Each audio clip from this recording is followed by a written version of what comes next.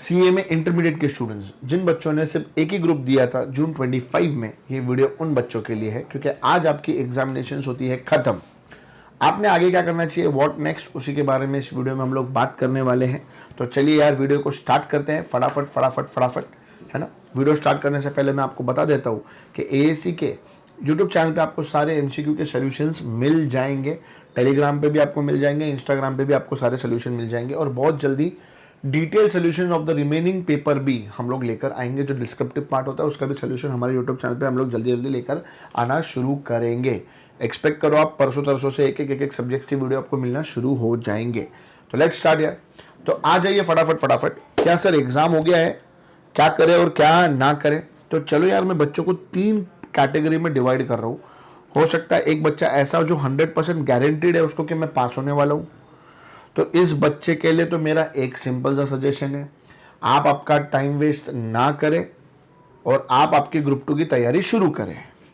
Results का wait नहीं करना है।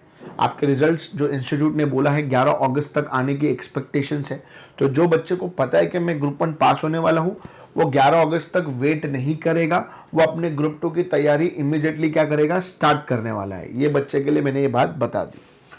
फिर 2 और कैटेगरी में मैंने बच्चों को डिवाइड किया। एक बच्चा हो सकता है जो कंफ्यूज्ड है, 50-50% चांस है सर मैं पास भी हो सकता हूँ, मैं फेल भी हो सकता हूँ। एक बच्चे को गारंटी है कि मैं 100% क्या होने वाला हूँ, फेल होने वाला हूँ।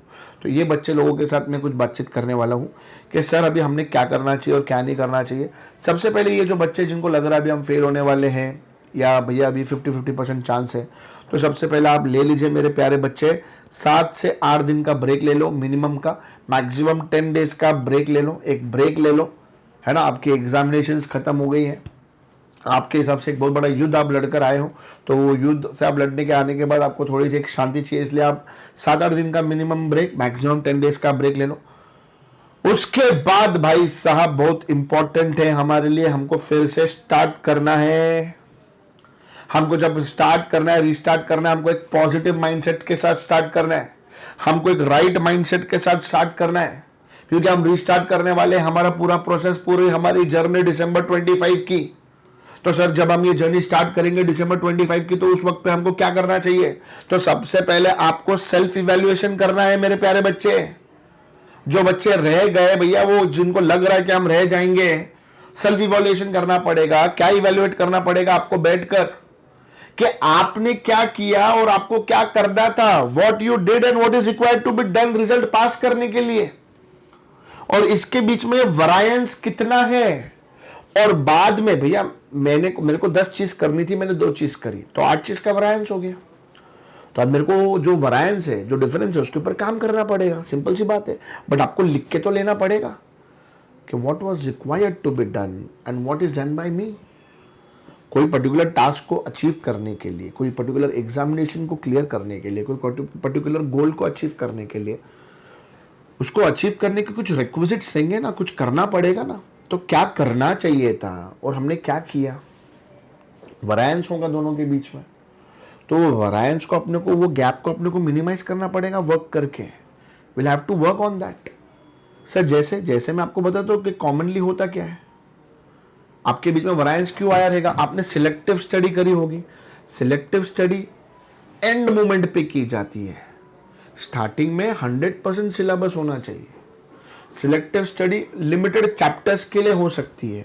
आप पूरे सब्जेक्ट में सिलेक्टिव स्टडी करेंगे तो कैसे होगा भाई। एंड मोमेंट में अभी मेरे पास भैया टाइम की कमी है रिवीजन करने के लिए, तो मैं सिलेक्टिव रिवीजन करूंगा, तो वो चलता है। मैं मेरा एग्जाम ही सिलेक्टिव स्टडी के बेसिस पे दूंगा, नहीं चलेगा। सर 10 चैप्टर थे, 8 चैप्टर मैंने 100% करे, 2 चैप्टर मेरे को टफ जाते थे, उसमें से मैंने सिलेक्टिव जो एग्जाम में पूछे जाते हैं वो टाइप के मैंने क्वेश्चंस कवर करे, वो चलता है। सर 10 चैप्टर थे, उसमें से मैंने 3 ही चैप्टर, 4 ही इंपॉर्टेंट चैप्टर करके गया, मैं उसमें भी सिलेक्टेड करके गया, नहीं चलता। ये बहुत बड़ी गलती करते हैं आप, इसलिए वरायंस आता है। और बहुत बड़ा वरायंस एमसीक्यू, हर पेपर में 30 मार्क्स के एमसीक्यू आते हैं। आप लोग एमसीक्यू नहीं पढ़ते। जब तक आप 100% सिलेबस नहीं पढ़ेंगे, आप एमसीक्यू की प्रैक्टिस नहीं करेंगे, तो आपका काम नहीं चलेगा। और आपकी एक्सपेक्टेशंस एमसीक्यू को लेके बहुत अनरियलिस्टिक है। हम जाएंगे और भैया ABCD जय माता दी 1 आधा कुछ तो लगा कर आएंगे, आपको एमसीक्यू की प्रैक्टिस करनी पड़ती है, तब जाके आपका उस पर्टिकुलर चैप्टर के ऊपर, उस पर्टिकुलर सब्जेक्ट के ऊपर ग्रिप आता है। आप जैसे एक चैप्टर पढ़ते हो रेजिडेंशियल स्टेटस, डायरेक्ट टैक्स की बात करता हूँ, उसके बाद जब आप उसके एमसीक्यू सॉल्व करते हो तो आपकी एक्सपेक्टेशन रहती है कि आपको इमीडिएटली आंसर आना चाहिए। नहीं आएगा बेटा। प्रैक्टिस में तो आपको कंसेप्ट और क्लियर होएगा, अच्छा ये क्वेश्चन था, इसका ये आंसर था, मेरे हिसाब से ये था, मैं प्रोविजन रॉन्ग अप्लाई कर रहा था, इस प्रोविजन को ऐसे अप्लाई किए जाते हैं। तो इसलिए आपको प्रैक्टिस करना पड़ेगा। कोई भी आप टीचर से बात करो, आपने एएससी से किया होगा, कहीं से भी किया होगा, टीचर आपको यही बात बोलेगा। इतने टीचर्स आपको यही बात बताएंगे कि आपको प्रैक्टिस तो करना पड़ेगा। फिर भैया आप क्या करते हो, आप यूट्यूब पे स्ट्रैटेजीज वीडियोस देखते हो। भैया यूट्यूब की स्ट्रैटेजी वीडियो बहुत सारे टीचर बनाते हैं, तो हर टीचर एक पर्टिकुलर माइंडसेट से बनाता है कि ये वीडियो कब काम में आएगा, जब आपने सेल्फ स्टडी करी होंगी और 100% सेल्फ स्टडी करी होंगी, तो वही वो बच्चों को तब जाके वीडियो काम में आएगा। तो वैसे वो वीडियो बच्चे की कुछ काम में नहीं आएगा। आप रॉन्ग इनपुट ले रहे हो, टीचर राइट इनपुट दे रहा है आपको, लेकिन वो इनपुट आपकी कब काम में आएगा, जब आपने ऑलरेडी 100% सेल्फ स्टडी कर रखी हो। आप लोग भैया ज़्यादा यूट्यूब पे डिपेंडेंट और लेस सेल्फ स्टडी करते हैं। मेरे प्यारे बच्चे, इंटरमीडिएट की एग्ज़ाम क्लियर करना है, फाइनल की एग्ज़ाम क्लियर करना है, 100% आपको सेल्फ स्टडी के ऊपर डिपेंडेंट रहना पड़ेगा। यूट्यूब की वीडियोस, कोई कोचिंग क्लास, कोई नोट्स, ये आपके लिए एक टूल है जो आपकी तैयारी में आपकी मदद करेगा। ये मैं नहीं, हर जो टीचर जो भैया है, जो सही में टीचर है, ऐसा नहीं कि भैया बस चल रहा है, वो आपको ये बात बताएगा। आप जाइए इंडस्ट्री में, जो दिग्गज हमसे पहले बहुत बड़े बड़े टीचर्स हैं जो 20 साल से काम कर रहे हैं, 25 साल से काम कर रहे हैं, वो बताएंगे सेल्फ स्टडी करना पड़ता है। आप लोग क्या करते हो, आप लोग को लगता है मैं सिर्फ यूट्यूब देखूंगा, मैं मैराथन देखूंगा, मेरा काम हो जाएगा। नहीं रे बेटा, मैराथन देख के तो वो कंसेप्ट समझ में आएगा, बट वो रिटेन नहीं होएगा। क्योंकि रिटेन करने के लिए, उस कंसेप्ट को अपने जहन में डालने के लिए, उस कंसेप्ट को अपने दिमाग में चिपका के रखने के लिए, उसको अपना रिटेंशन वैल्यू उसकी अच्छी बनाने के लिए, उसको अपने मेमोरी के अंदर पूरी तरीके से घोल के पी के रखने के लिए अपने को सेल्फ स्टडी करना पड़ता है। तो आप सेल्फ स्टडी के ऊपर फोकस करो। सिर्फ एक वीडियो देखा 6 घंटे का, 8 घंटे का देखकर काम नहीं होता है। बहुत बड़ी गलती करते हो आप। फिर आप क्या करते हो बेटा, जैसे कोई चैप्टर है, जैसे एग्जाम्पल के लिए मैं आपको बताता हूँ कैपिटल गेन का चैप्टर, आपने पढ़ा नहीं रहेगा रेगुलर में, तो आप चाहते हो कि 4 घंटे का किसी बंदे ने मैराथन डाला रहेगा, उससे आपको चैप्टर हो जाएगा। नहीं बेटा, वो 4 घंटे का लेक्चर देखने का यूजफुल होगा सब्जेक्ट टू। आप सेल्फ स्टडी करेंगे उसके बाद उसकी 4-5 घंटे की, तो रॉन्ग प्रोसेस आपको रॉन्ग रिजल्ट देगा। मेहनत आप कर रहे हो लेकिन रॉन्ग तरीके से करोगे तो आपको राइट रिजल्ट कैसे आएगा। तो आपको राइट प्रोसेस में जाना पड़ेगा। तो ये एक गलती होती है। लॉ जैसा सब्जेक्ट आप लर्न ही नहीं करते बेटा, आप पॉइंटर देख के जाते, रीड करके जाते हैं। लॉ का पेपर डिस्क्रिप्टिव आता है, आपको ज़्यादा केस स्टडीज नहीं पूछी जाती है, आपको क्वेश्चन आंसर फॉर्मेट में आता है। आपने कहीं भी किया होगा, आपको पता रहेगा, लेबर लॉ के क्वेश्चन आते हैं, एथिक्स के क्वेश्चन आते हैं, कंपनी लॉ में डायरेक्टर ऑडिटर के पार्ट के ऊपर क्वेश्चन आता है। तो यार अगर आप वो 5-6 चैप्टर अच्छे से लर्न करो तो आपके पासिंग की प्रोबेबिलिटी बढ़ जाती है। बट आप लर्न नहीं करते, आप राइट डाउन नहीं करते, आप किसी का मैराथन सुनोगे, आपको लगेगा कि आपको आ गया। बहुत गलत है। लॉ में तो मैं देखता हूँ बच्चे को चाहिए भैया, कंपनी लॉ में कोई किंगफिशर मालिया की बात करे, कोई भैया नीरव मोदी की बात करें, आपको ये सब चाहिए। बेटा लॉ में लर्न करना पड़ेगा, क्योंकि हमको एग्जाम भी क्लियर करना है। एग्जाम क्लियर करना है तो ग्रुप 1 में 4 सब्जेक्ट्स है, बेसिकली 4 नहीं होते। वो डायरेक्ट टैक्स अलग है, इनडायरेक्ट टैक्स अलग है। अगर मैं उसको डिवाइड करूंगा तो टैक्स में ही 3 होता है, direct tax, GST, customs. Law में डिवाइड करूंगा, लॉ में भैया लॉ तो इतना बड़ा होता है जिसका कोई हिसाब नहीं। तो भैया आप लोगों को समवेयर और द अदर, मेरे प्यारे प्यारे बच्चे लोग, आप लोग को लर्न तो करना पड़ेगा। आप लर्निंग ही नहीं करोगे तो कैसे चलेगा। आप बिना लर्निंग करे जाते हो, आपको मेरे को लर्न नहीं हो रहा था सर। बेटा ये सब एक्सक्यूजेज है। आपको 10वीं तक आप लर्न करके रट्टा मार के तो आपके सब्जेक्ट्स को आपने पास करे हुए। मेरे प्यारे बच्चे, जो फैक्ट है वो बता रहा हूँ, बुरा मत मानना। हम तो अलजेब्रा ज्योमेट्री भी लर्न कर करके पास हुए हुए बच्चों में से आते हैं यार। तो लर्न क्यों नहीं कर सकते। अपने अंदर के हनुमान को जगाओ। ये जो कंटाला है, ये जो एक्सक्यूज है, ये जो रीजंस है, वैलिड नहीं है बेटा। रैशनल माइंडसेट से जाओ। आप आपके लाइफ का पहले टाइम दे चुके हो, टाइम ऐसे बर्बाद नहीं कर सकते। प्रैक्टिस में कमी हो गई। अकाउंट्स का पेपर देखा सर, अकाउंट्स का पेपर मैंने देखा कि बच्चे लोग भैया प्रैक्टिस ही नहीं करते। आप एमसीक्यू से डायरेक्ट राइटिंग में आए, आप अगर उसको प्रैक्टिस नहीं करोगे, सॉल्व नहीं करोगे तो कैसे होगा। प्रैक्टिस तो करना ही पड़ेगा। बड़े से बड़े स्पोर्ट्समैन को ले लो, बड़े से बड़े आप कोई एक्टर को ले लो, बड़े से बड़े टीचर्स को ले लो, कोई भी व्यक्ति अपने फील्ड में जो एक्सपर्ट है उससे आप बात करो। विदाउट प्रैक्टिस होता ही नहीं। मैंने एक वीडियो बनाया था, मतलब किंग कोहली की बात करी, सचिन तेंदुलकर की बात करी। ये लोग प्रैक्टिस करें तब जाके तो इतने बड़े बने। आप प्रैक्टिस ही नहीं करते। आप देखते हो, हाँ रेक्टिफिकेशन मेरे को आता है, प्रैक्टिस कौन करेगा बेटा। वर्ल्ड कप फाइनल 50-50 का हम लोग हारे तो हम रोहित शर्मा ने ग्लेन मैक्सवेल को विकेट दिया था। सिंपल, वो नॉन बॉलर को विकेट दे दिया एक प्रकार का। सिंपल चीज़ें कभी भी घातक होती है अगर अपन उसको सही तरीके से प्रैक्टिस ना करें तो बहुत बार सिंपल चीज़ें हम प्रैक्टिस नहीं करते तो वो डिफ़िकल्ट हो जाती है। इसको राइट कंटेक्स्ट में समझो, जो मैं आपको समझाने की कोशिश कर रहा हूँ मेरे प्यारे बच्चे। आप बहुत टाइम वेस्ट करते बेटे, बहुत time waste. Instagram, YouTube, Telegram, Snapchat, आपको इतने यूट्यूब पे मतलब वीडियोस देखने हैं, स्ट्रैटेजी देखनी है, ये देखना है, अमुक देखना है, तमुक देखना है, मीम देखना है। आप लोग के इसमें टॉक मोर है, एक्शन लेस है। इसको हमारी भाषा में कुछ और बोलते हैं, बट अभी आपको सभ्य वीडियो बना के भेज रहे हो, है ना, कि चिल्लाना ज़्यादा है, बाकी सब चीज़ चिल्लाना ज़्यादा है, बाकी चीज़ें कम है। एक्शन मोर होना चाहिए, टॉक लेस होना चाहिए। आप लोगों को बहुत वो चीज़ों से बाहर निकलना पड़ेगा, वो ट्रैप में से बाहर निकलो, खुद को डिफ्रेंशिएट करो दूसरे से, खुद को अलग करो। नहीं भैया मैं इस ट्रैप में नहीं फंसने वाला हूँ, दिखावा की दुनिया में, चिल्ला पुकार करने की दुनिया में, होशियारी मारने की दुनिया में, इसमें से बाहर निकलो मेरे प्यारे बच्चे। टाइम आपका है, रिमेंबर दिस थिंग्स। ये बात आप हमेशा याद रखना, बहुत इंपॉर्टेंट लाइन है। Things which matter the most must never be at the mercy of things that matter the least. आपके जो दोस्त हैं वो आज आपको मैटर कर रहे, बट वो बहुत मैटर नहीं करते लाइफ के लिए। आपका जो यूट्यूब है, आपका जो इंस्टाग्राम है, आपका जो स्नैपचैट है, आपकी जो गर्लफ्रेंड है, आपका जो बॉयफ्रेंड है, आपके लिए वो लीस्ट मैटर करते आपकी लाइफ के लिए। जब मैं लाइफ बहुत बड़ी चीज़ होती है बेटा, उस टाइमलाइन में आप एक छोटे से फेज में आ गए हो। आपके जो याराना है, टाइम पास करना है, वो लीस्ट मैटर करता है।